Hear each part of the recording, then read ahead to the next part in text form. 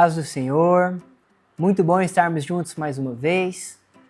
Agora para estarmos falando sobre 2 Reis, que nós já vimos que quando foi escrito, 1º e 2 Reis era um livro só. Então é uma história que dá sequência ao livro de 1 Reis, escrito ali pelo mesmo autor, que é desconhecido. Possivelmente um erudito, um historiador, ele escreve como um historiador, alguém que ali no período do exílio na Babilônia compilou os fatos, compilou ali registros históricos para poder estar formulando esse livro que tanto nos enriquece, que é os livros que hoje nós temos, 1º e 2 Reis.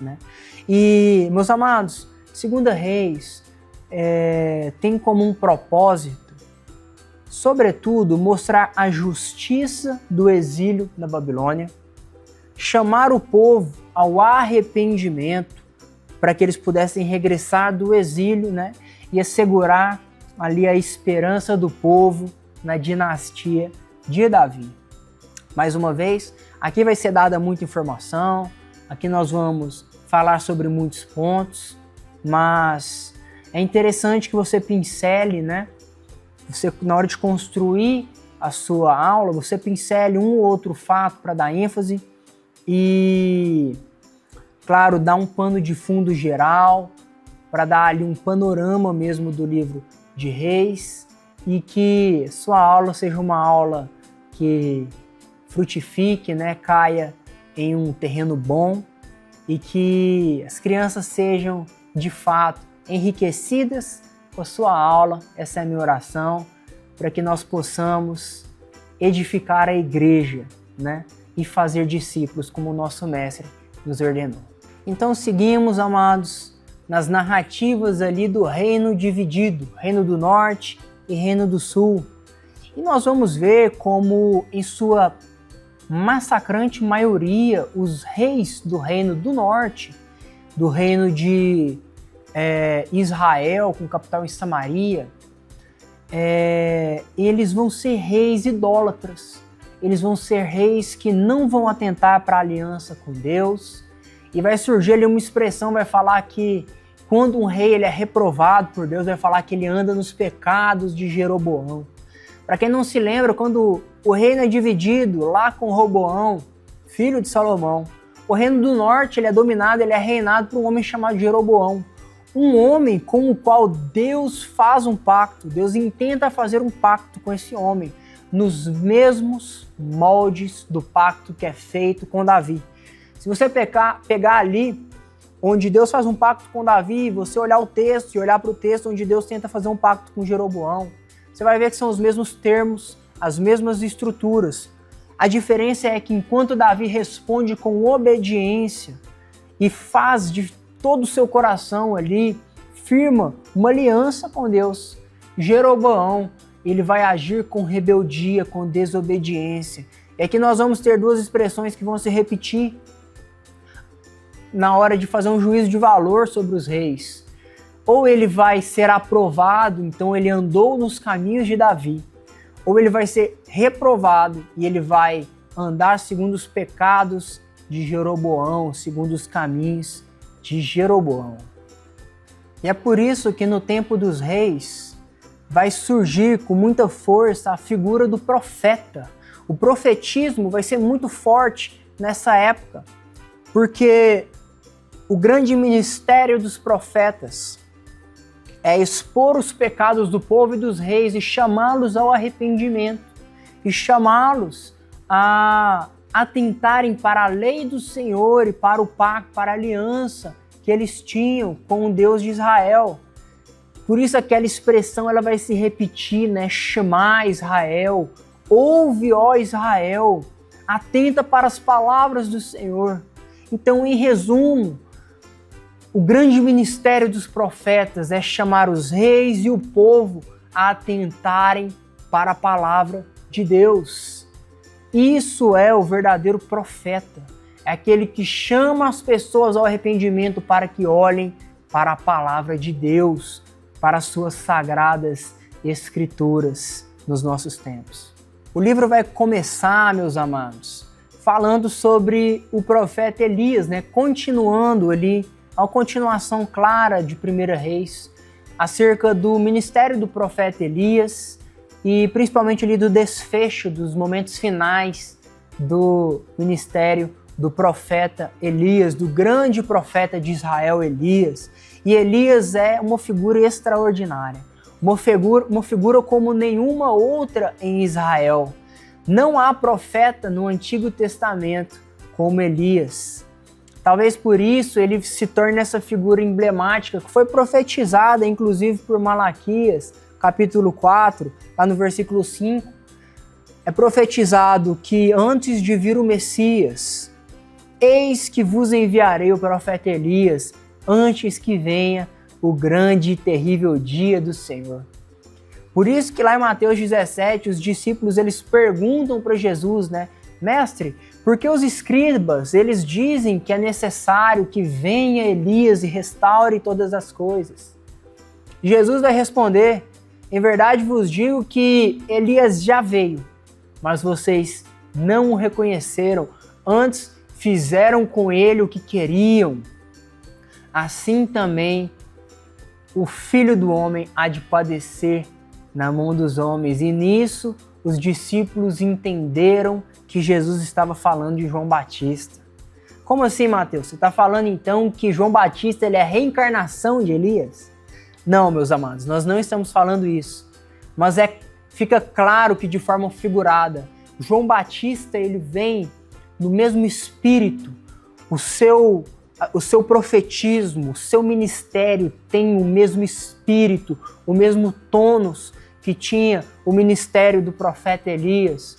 Isso fica claro até nas roupas que eles usavam, né? Roupas de couros, de pelos, atados com cinturão de couro, né?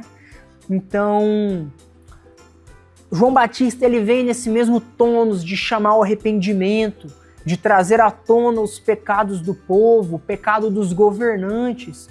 Por isso João Batista ele é preso e ele é decapitado.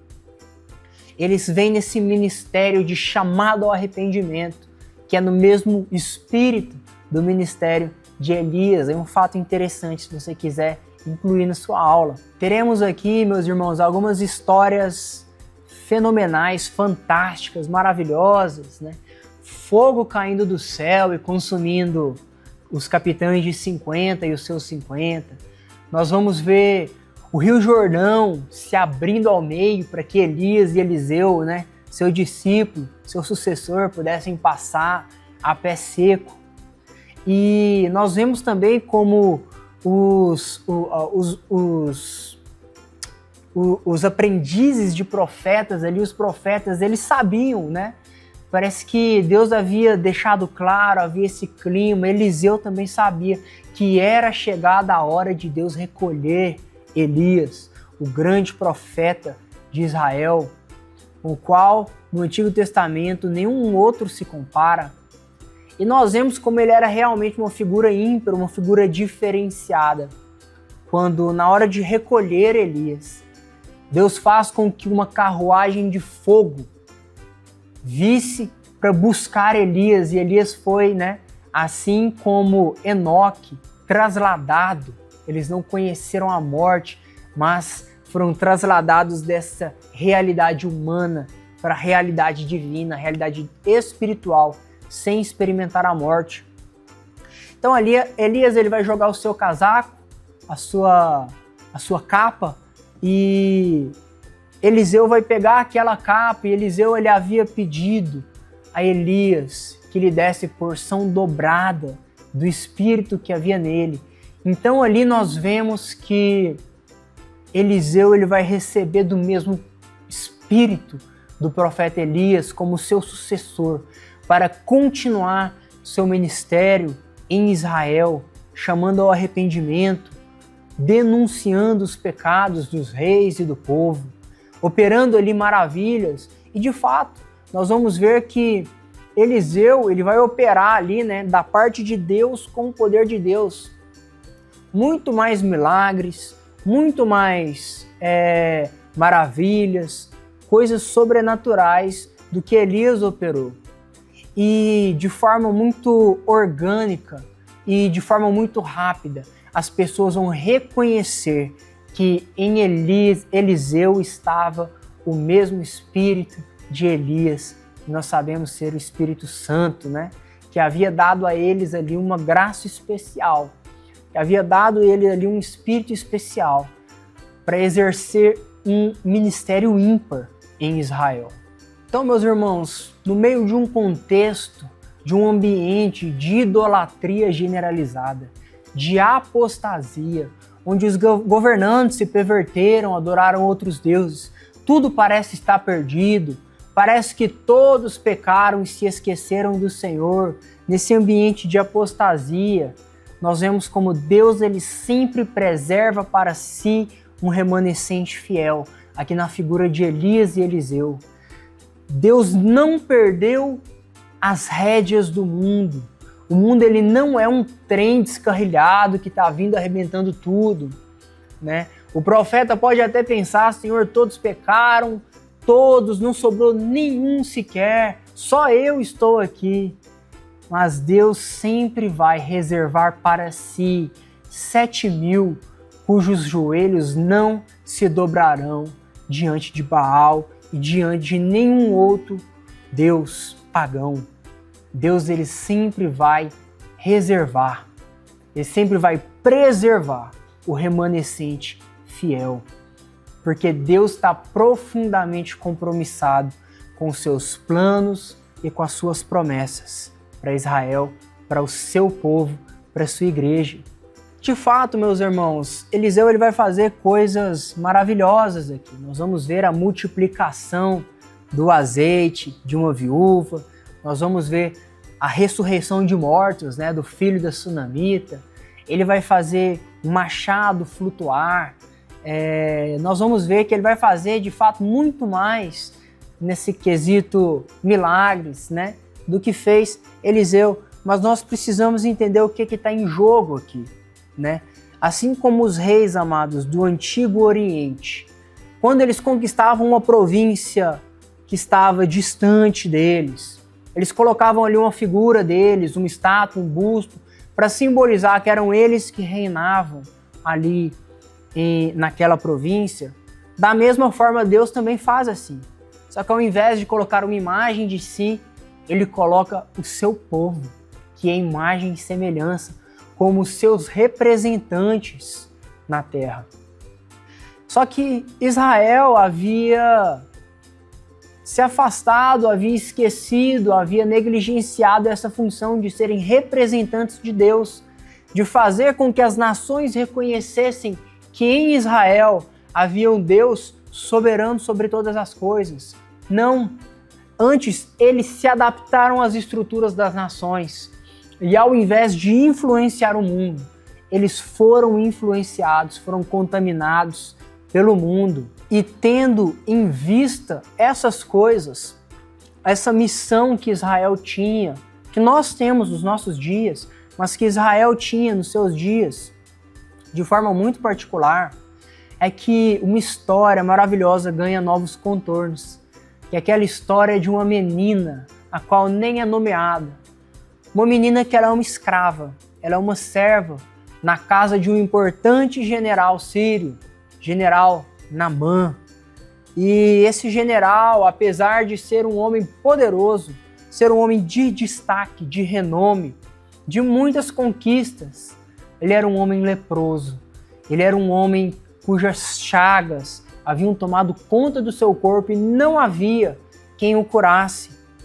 Então essa menina, não usando da oportunidade de ver aquele que havia escravizado sofrer, mas cumprindo o seu papel de ser luz do mundo, cumprindo o seu chamado, né, de nela, de no povo de Israel, de no descendente de Abraão, serem benditas todas as famílias da terra. Ela diz, se o meu Senhor fosse a minha terra natal, na qual há um homem de Deus, com certeza esse homem o curaria da sua chaga. E Naamã, dando ouvido àquela menina, que nem sequer foi nomeada, ele vai visitar, né, Eliseu, e aí tem toda a história que se desenrola. Naamã chega, E Eliseu parece fazer pouco caso, nem vai ter com Naamã, manda que o seu servo vá ter com ele e dá uma tarefa muito simples para se fazer, né? Que se banhe 7 vezes, né? De 7 puros lá no Rio Jordão. Naamã não gostou nada disso. Além de parecer aquele homem de Deus ter feito pouco caso, né, de Naamã, que era um homem de renome, que havia ido com uma comitiva grande, mostrando suas riquezas, sua influência, seu poder. Ele não gosta, mas ele é persuadido e fala, vou fazer. Então ele faz segundo o que o profeta havia dito e sai dali com a pele nova, lisa, como a de um bebê. Então Naamã, ele vai dizer, tendo em vista tudo o que eu disse, uma das frases teologicamente mais importantes de todo o livro de 2 Reis. Naamã vai dizer, vai exclamar, eis que agora reconheço que em toda a terra não há Deus, senão em Israel. Essa é a missão do povo de Israel, fazer com que as nações reconheçam que em toda a terra não há Deus, senão com o Deus de Israel. Isso foi o que aquela menina simples, serva na casa de Naamã fez. E é o que nós também devemos fazer em nossos dias.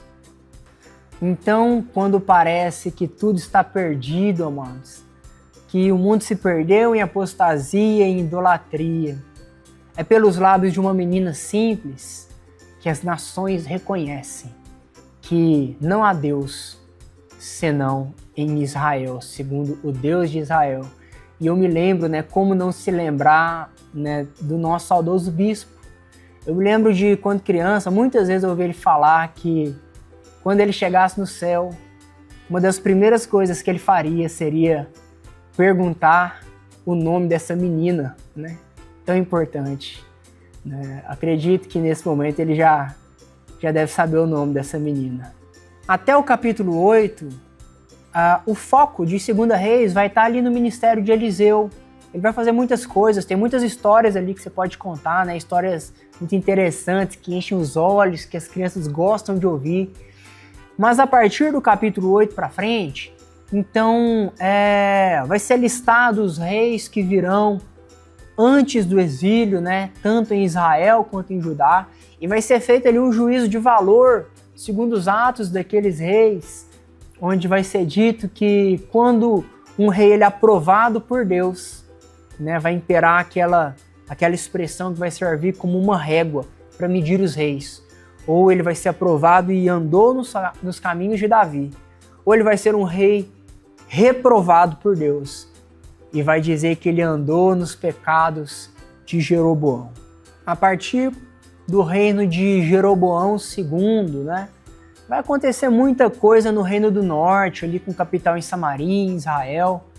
O trono vai sofrer, né, vários golpes de Estado, usurpação do trono, uma história muito doida vai acontecer ali, até que, enfim, o Império Sírio vai vir, vai dominar aquele reino, o povo, muitos serão levados cativos, outros serão mortos pela guerra e muitos também fugirão para o Reino do Sul, com capital em Jerusalém, Reino de Judá, nos dias ali do rei Uzias.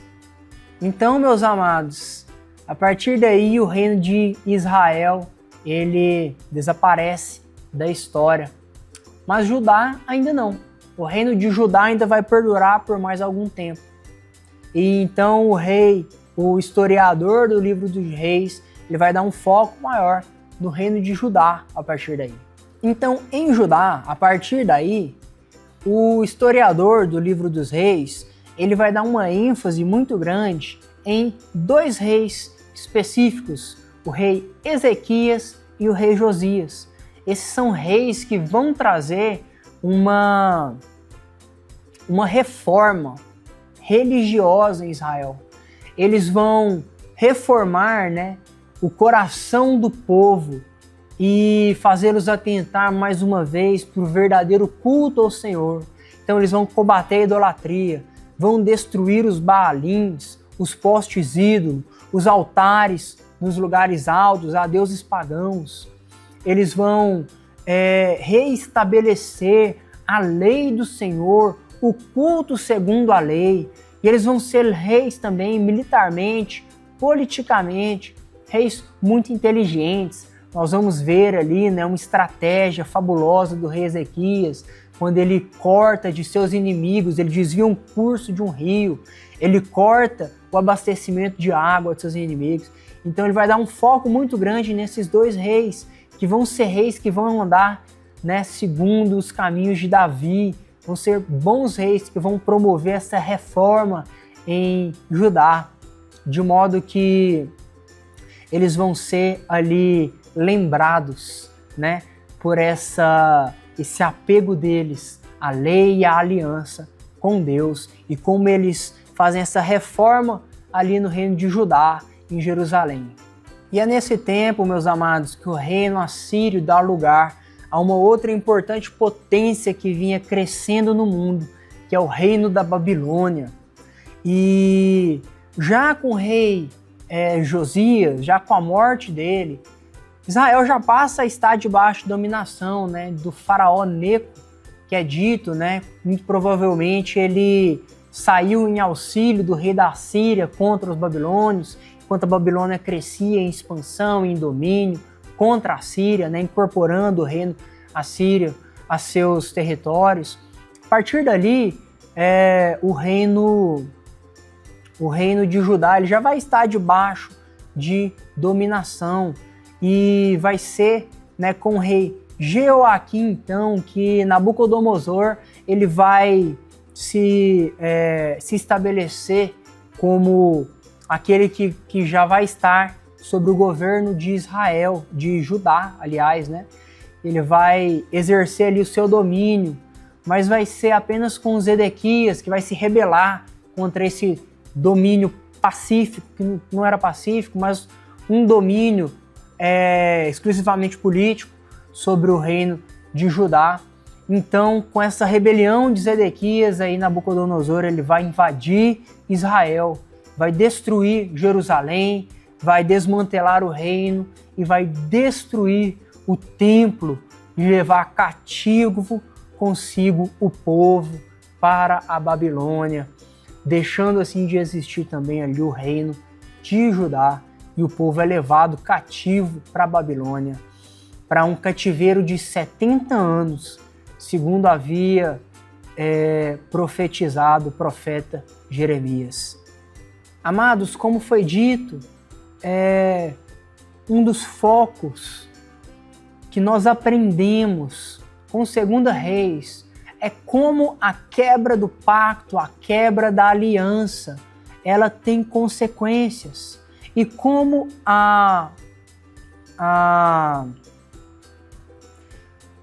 o exílio do povo ele é justo, porque o povo havia pervertido seu coração, havia adorado outros deuses, havia abandonado a aliança com Deus. E o pecado ele traz consequências.